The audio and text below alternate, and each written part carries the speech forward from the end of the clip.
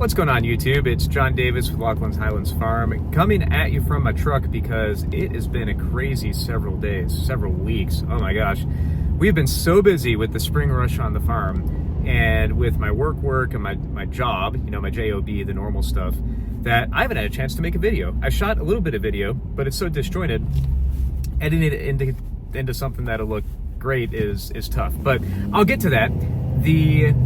There is video coming. We've made so much progress on our pasture water project and our new pasture project, and maybe leasing some new land too, that I'm very, very excited about all that. But here's the hook. I've been thinking a lot about AI lately, and again, we're not talking rancher AI, artificial insemination. We're talking artificial intelligence, and had some interesting experiences with it the past couple days that I think would be, relevant. There's so much fear and uncertainty and even doubt around this artificial intelligence thing, which I hate calling that. It's, to put my nerd hat on, it's a large language model. It's not actual AGI, which is the, whatever you want to call it, the sentience, the actual thinking, feeling, alive, if you want to call it that, although I don't believe that, organism. And that's not what these large language models are, like Grok and ChatGPT. They're really good, but they're not generalized intelligence. Synthetic intelligence, I think, is a better way to describe that. So anyway, yesterday we had our dryer break, and I used ChatGPT. It's a Samsung dryer. We've had it for 5 years. Bought it when we built a house.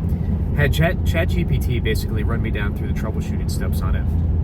And it was awesome. My wife came in, she was super impressed with the whole thing. Like, wow, that's amazing. And the more information I fed it, the more precise the recommendations would become. And it was just like talking to an expert on the phone. Actually, it was better than most experts, frankly, I talk to on the phone nowadays.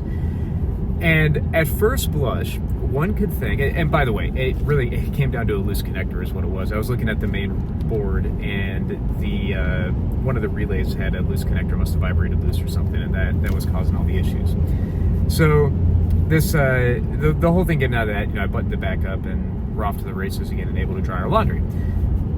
But at first blush, somebody might think, oh my gosh, this is a great example of how artificial intelligence is going to destroy jobs. So prior to ChatGPT, I would have called the appliance repair company, which, living out in rural middle of nowhere Ohio, good luck finding one of those, especially since we bought the appliances from a Home Depot in the city before we moved out to the country, and then brought them down here when the house was done being built. Finding an independent appliance repair specialist that wouldn't have taken 2 weeks to get there, and then we have to figure out how to dry our clothes and all that, is just crazy, right? Like, it's not going to happen. At least not on a timeline that makes it easy for my wife, or makes it easier for me. So I also have the aptitude. I have been screwing around with electronics since I was a kid, and I can fix anything. That's one of the superpowers of being a rancher. I can fix anything if you give me a schematic and some time to think about it and the proper set of tools, even the improper set of tools sometimes. I can fix just about anything. There's not much I don't understand. Not bragging, it's just this is what happens when you grow up and you have to fix stuff all the time. So that's what you do. And a lot of the electronics knowledge that I have and software knowledge was all self-taught, but for a period of time in my life, before moving out to the country and becoming what I am now, I did professional software engineering. So I get it, and I've made products that started as printed circuit boards. I taught myself how to make printed circuit boards and how to get them manufactured and how to do schematic work and CAD layout and electrical engineering and all that stuff. So I've got a huge body of knowledge behind this. What AI enabled me to do is I totally didn't call a technician because I was able to do that job. My skill set for this is also like probably less than 5% of the general population. Even with the AI tools, which there is a methodology to prompting AI, and you have to learn it. It is programming. It's more like linguistic programming than, let's say, programming with a programming language, but it's still a skill to learn. I have to know that skill, which I'm good at from having programmed my entire life, programmed computers my entire life. I had to have a good enough idea of at least basic electrical engineering and basic electrical theory to figure out, like, okay, I see what's going on here. Where's the electricity go? Where does it come from? What are we trying to accomplish? What's the issue? And then I had to put all that together, granted, with some help from AI. And what AI helped me to not do is go in and dig through a bunch of repair manuals, find the repair manual, all that stuff. It also gave me recommendations on where to buy the control board if I needed to do that. And that was great. But the vast majority of people aren't going to do that. And it doesn't mean I'm a genius or anything. That's just what I'm good at. There are a lot of things. Like, for example, I mentioned I can fix about anything. I've worked on cars my entire life. I'll be honest, and you can make fun of me all you want, I don't particularly enjoy doing it anymore. It's hard to get in those spaces. Cars are all cramped. They're annoying to work on nowadays. Frankly, my time is better spent on stuff that actually makes me money, like working on my farm. I'll change oil and I'll do stuff where the time-benefit ratio or time-cost ratio is kind of lopsided. Like, we don't live close to a dealership. We live out in the middle of nowhere.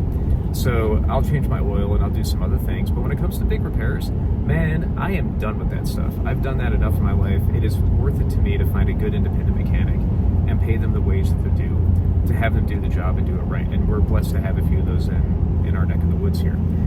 But, there can be all the AI tools in that world that you want. I just don't want to do it. And I think that's what a lot of people miss with this whole AI discussion is, could AI replace a mechanic? If I had the desire to go out there and fix stuff? Absolutely, it could replace a mechanic. I have zero desire to do that. So my mechanic is safe. Even though I have the knowledge, the know-how, the tools, all that stuff, I still don't want to do it. And I think that's a big thing. And appliance repair, going back to my earlier example, most people aren't going to want to take the lid off the top of their dryer, even if they have all the tools available to them. And the person that's doing that may be a technical wizard in some other aspect of life. Heck, maybe they work on machines all day long. Maybe they work in a factory or in a coal mine, or they work on an equipment service company team or something. And they work on stuff all week long, and when they get home on the weekend, they don't want to tear apart their washing machine or their dryer. They just don't care. They're going to call somebody, and that's cool. So I think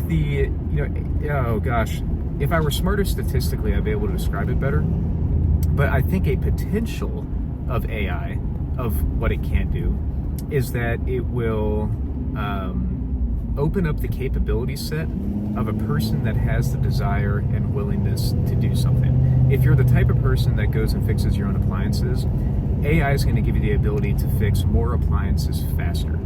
If you're the type of person to work on automobiles, you're going to be able to diagnose and fix and address problems faster, and maybe get that time savings done. AI is not going to go out, at least not right now, and frankly, I don't think for the foreseeable future. It's not going to run out and replace, all car mechanics are going to go away and be replaced by robots, which is laughable. I work with robots in my daily work, or I'm around robots in my daily work all the time. They're machines like anything else. They break constantly.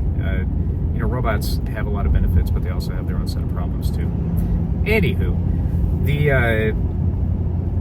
we use AI quite a bit, and there's so much worry about it. And it's one of those things that I think it does have the potential, especially for somebody who lives in a more rural setting, to really amplify what we do. My greatest commodity, my greatest constraint, and it's not like I'm a gajillionaire or anything, but usually it's not money. If we budget properly for our projects, I've usually got the budget that I need to do what I want to do, realistically. My biggest problem is time. And if there's anything I can do to make more time, I will 100% jump on it, within reason, of course, as long as it's moral, ethical, and all that. But if I can find information faster instead of having to dig through manuals and whatever, and have my laptop or my iPad next to me while I'm working on something and be asking questions and getting answers back super fast, heck yeah, man, I'm all about that. I only have so much time in a day, and I got a lot of responsibilities, so I think that's a game changer right there. It's a tool like anything else. When we bought an excavator, the excavator allowed us to do more with less resources, people, and less time. AI, I think, has the potential to do the same, where we can do more with less people and less time. And frankly, when I have called technical support for companies that we work with, the experience has been horrible, and that's been on a downslide for the past couple of years. I've definitely noticed that skilled technicians at the company, at the manufacturer, are a dying breed. And if their knowledge is transferred into AI so I can answer those questions myself, that's a win-win. I don't know why those people are going away, but I can tell you this, it predated AI.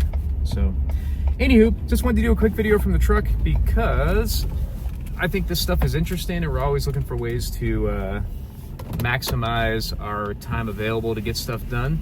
I hope you all have a blessed day. I'll work on getting some more content out here in this short time, and stay safe, stay free, and stay blessed.